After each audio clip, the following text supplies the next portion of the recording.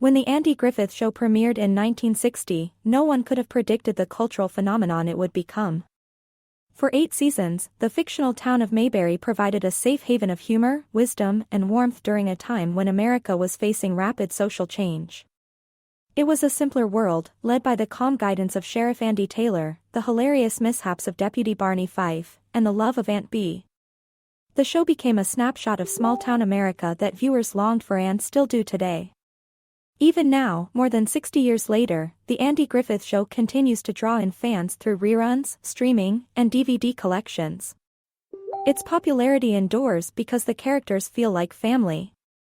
But while Mayberry remains frozen in time, the cast members lived real lives filled with triumphs, struggles, and eventually, final goodbyes. Let's take a deep, detailed look at 6 of the show's most iconic stars, their journeys to Mayberry, their careers beyond it, and how their lives came to a close. Sparkle's Andy Griffith, Sheriff Andy Taylor. Andy Griffith wasn't just the star of the show, he was the glue that held Mayberry together.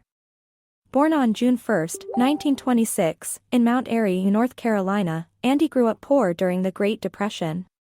As a child, he often slept in dresser drawers instead of beds, and his family relied heavily on the kindness of neighbors. But through hardship, he developed a love for music, storytelling, and performing. Andy first studied music and taught school before his career as a performer took off. His humorous monologue "What It Was Football" became a nationwide hit in the 1950s, and Broadway soon came calling. He starred in No Time for Sergeants, a role that later became a film and introduced him to Don Knotts.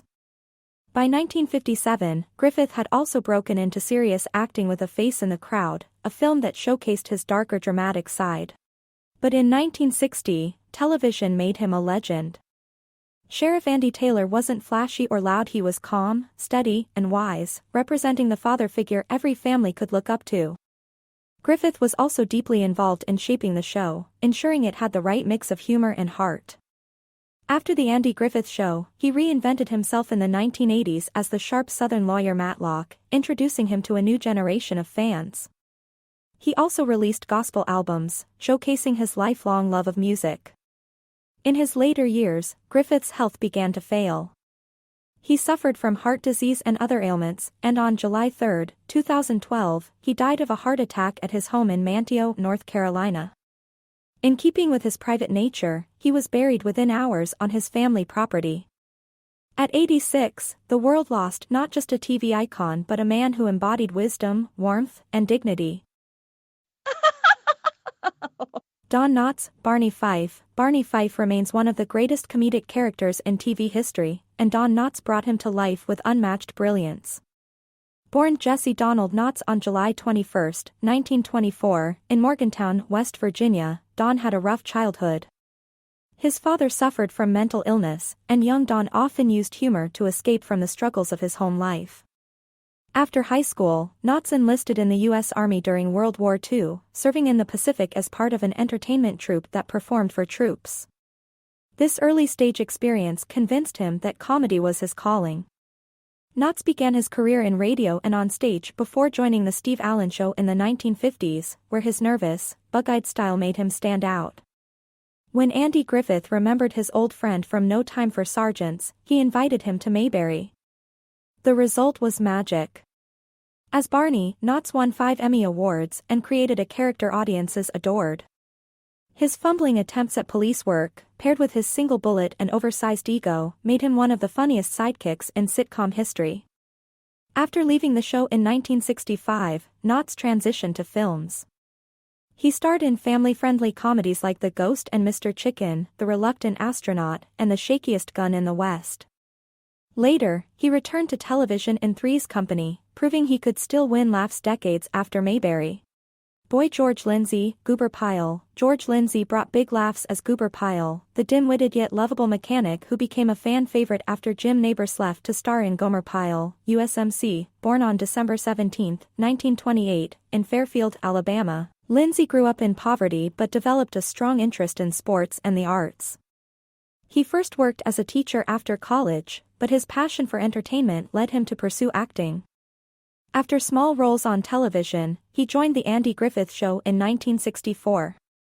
His goober famous for his silly grin, funny impressions, and good-natured humor fit perfectly into Mayberry. Lindsay later became a staple on Hee Haw, appearing for 20 years as a country comic, cementing his place in American TV history. Off-screen, he was deeply charitable. His George Lindsay Celebrity Golf Tournament raised millions for children with special needs and programs in Alabama. In his later years, Lindsay lived quietly but remained connected to fans. On May 6, 2012, he died of heart failure in Nashville, Tennessee, at age 83. His legacy is not only his laughter but also his generosity and love for people. Performing arts Howard McNear, Floyd the Barber. Howard McNear's Floyd the Barber added unforgettable charm to Mayberry. Born on January 27, 1905, in Los Angeles, McNear began as a radio actor, most famously as Doc Adams on Gunsmoke. His gentle, quirky delivery made him a perfect choice for the eccentric small-town barber. Floyd was more than just a background character. He was a friend, a gossip, and comic relief. His scenes in the barber shop became some of the most memorable parts of the show. Tragically, in 1963, McNear suffered a major stroke that left him partially paralyzed. Griffith, loyal to his friend, worked hard to keep him on the show. Scripts were rewritten to allow Floyd to appear sitting down, and camera angles were adjusted to hide his disability. But his health worsened, and eventually, he had to leave the series. Howard McNear passed away on January 3, 1969, from complications of pneumonia after his stroke, at the age of 63. His early death was a sad loss, but his legacy as Floyd the Barber remains part of the show's enduring charm. Glowing star Jim Nabors, Gomer Pyle. Jim Nabors' Gomer Pyle was more than a character, he was a phenomenon. Born on June 12, 1930, in Sylacauga, Alabama, Nabors had a modest upbringing. He studied business administration in college but found joy in entertaining. After moving to Los Angeles, he performed in a nightclub where his comedic talent caught Andy Griffith's eye. Griffith invited Nabors to join the cast, and Gomer Pyle was born. With his goofy expressions, kind-hearted innocence, and signature "golly" catchphrase, Nabors became one of the most beloved characters on the show. His popularity was so immense that he was given his own spin-off, Gomer Pyle, USMC, which ran for 5 seasons and was a ratings hit. But Nabors had another surprise, his incredible singing voice. With a deep, operatic baritone, he released dozens of albums and became a fixture at events, including singing before the Indianapolis 500 for decades. In his personal life, Nabors was quiet and humble. He settled in Hawaii, where he lived with his longtime partner, Stan Cadwallader. In 2013, the two married after same-sex marriage was legalized, marking a happy moment late in Nabors' life. Jim Nabors passed away on November 30, 2017, at his Honolulu home at the age of 87. He left behind not only the legacy of Gomer Pyle but also a celebrated career as a singer and performer loved around the world.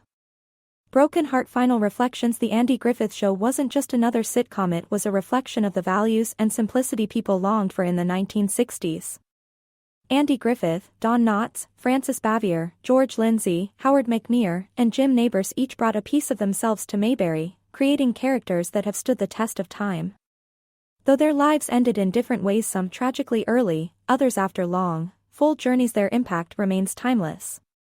Every laugh, every lesson, and every warm-hearted moment lives on through reruns and the millions of fans who still return to Mayberry for comfort. The streets of Mayberry may be fictional, but the people who lived there both on screen and in our memories remain forever real.